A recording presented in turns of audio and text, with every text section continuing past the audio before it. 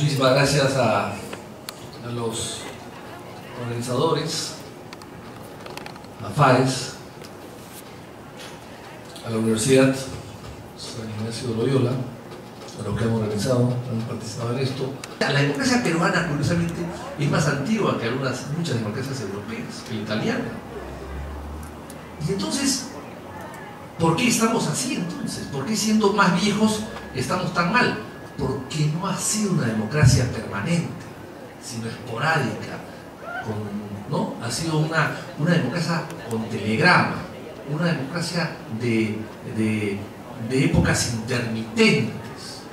Claro, aquí Mauricio se refería a la discusión famosa, si éramos monarquía o república.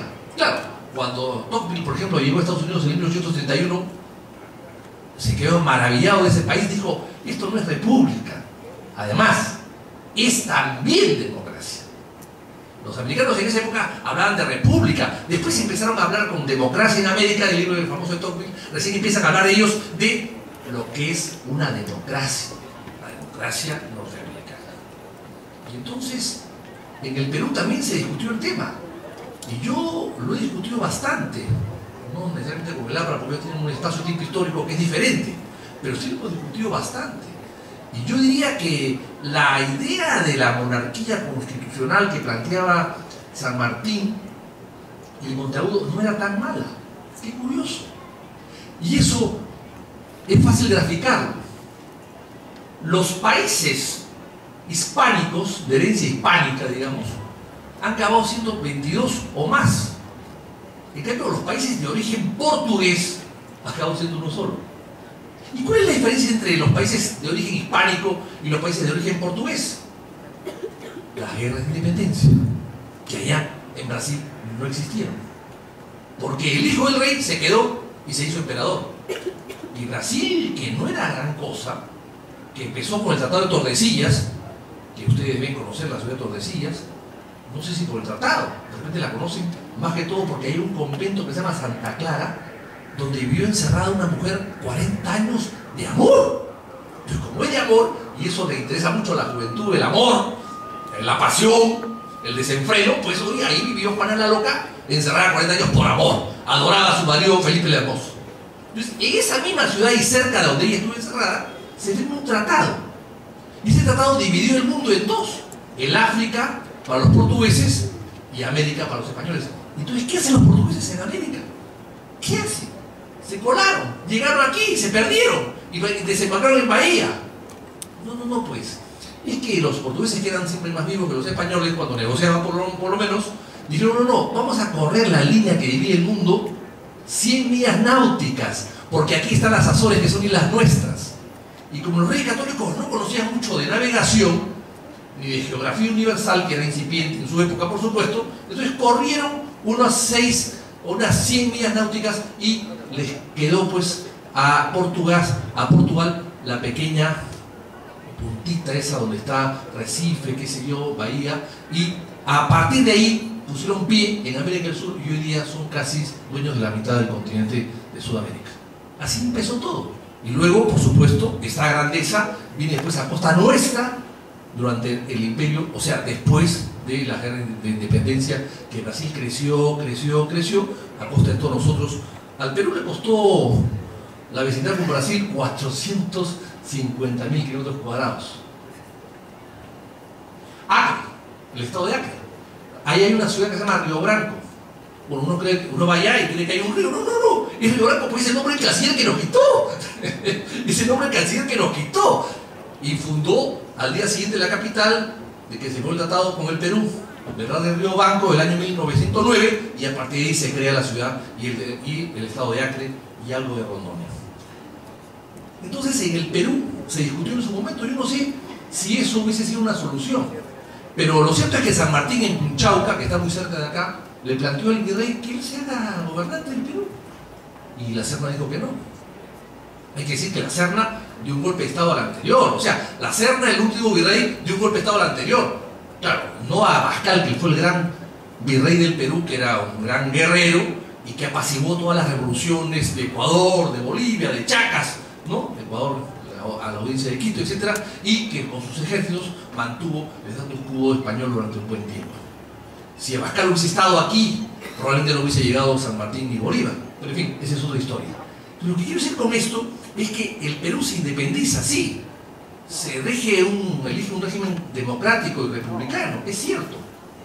Pero desde el año 22, que se instala el primer congreso, hasta el 72, 50 años, fueron gobiernos militares e inestables. Y hasta Castilla, el país estuvo destrozado por las guerras civiles, porque todos los militares que habían participado en la guerra de emancipación querían ser gobernantes. Entonces el Perú se desangró en 30 años, se desangró, y Castilla un poco rehace el Estado, o diría que un poco que funda el Estado que actualmente hoy día conocemos, empezando por crear el presupuesto, porque en esa época las revoluciones eran por ambiciones, pero le costaban al país y al Estado, a la actividad privada y a la pública, porque cada revolución, cada líder sacaba plata del erario para poder financiar su revolución. No se financiaron ahora como el SUTE, que lo financia pues la caja magisterial, la de Ramos, no. El Estado financiaba todo. En esa época, el Estado, la caja del Estado, el Ministerio de Hacienda estaba dentro del palacio. Imagínense ustedes que hubiesen dicho los gobernantes actuales: si la caja del Estado está dentro, es una caja fuerte que está dentro, y abren la caja, sacan la plata y con eso financian todo tipo de actividades antisubversivas, digamos. No había ningún control. Entonces, luego el primer presidente civil llega al poder, el 72, 1872. Manuel Pardo, un gran presidente. Termina su periodo, es elegido presidente del Senado y un militar lo mata. Bueno, casualidades de la vida. Y luego viene el conflicto con Chile, la guerra del Pacífico, que fue otra manera de devastar el Perú. Claro, nosotros los empresarios comparan siempre el Perú con Chile. No es un tema para compararse, a mi modo de ver. Yo creo que hay que compararnos con países más similares, como lo puede ser Colombia o Ecuador, algo más pequeño, por supuesto, pero en todo caso hay que ver al norte más que al sur, porque ahí se inicia una guerra civilizadora. Cuando Neil Armstrong llegó a la Luna, y después de pronunciar la famosa frase, que este pequeño paso que estoy dando aquí es un gran paso para la humanidad, empezó a tomar fotografías de tierra desde arriba, desde la Luna, claro, con aparatos sumamente sofisticados. Y cuando mira la Tierra y se da cuenta y ve los Andes, ¿qué cosa dice? ¿Qué es esto? ¿Ve los Andes? ¿Qué país hay allí? Eso es inviable, dijo. El país que está ahí es inviable. Ese país es el Perú. O sea, desde arriba, es decir, la cordillera es tan accidentada que es un país casi poco viable. Y también decían lo mismo los chilenos del siglo XIX. Y por eso que dicen ellos una guerra civilizadora. Y lo dicen ahí los manuales, sobre todo los curas en las iglesias en Santiago, para justificar la guerra, el 79, dicen: no, es una guerra civilizadora. Mandato casi divino. Bueno, y las consecuencias todas las conocemos.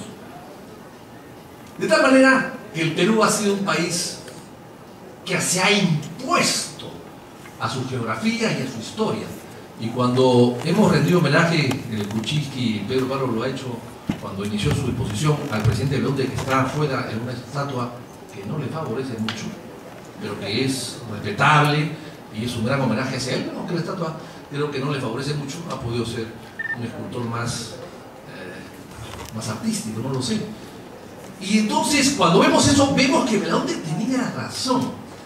El Perú había que viabilizarlo, y él creó la famosa viabilidad. O sea, el desarrollo vía la viabilidad. Cuando el Inca Atahualpa iba a Quito, de Cusco a Quito, iba por la sierra, por los caminos incas, sin bajar a la costa. Hoy día pretenden ustedes hacer eso y no lo pueden conseguir. Hoy día han pasado 500 años y no hay manera de que ustedes puedan ir de Cusco a Quito sin bajar a la costa.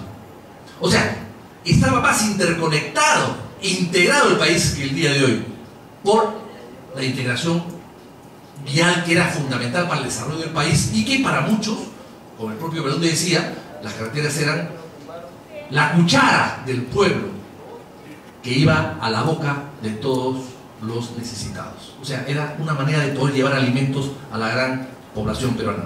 Entonces yo creo que con todo eso, minutos, 0 minutos, me dice Kuczynski, él conoce de matemáticas, yo lo dejo acá.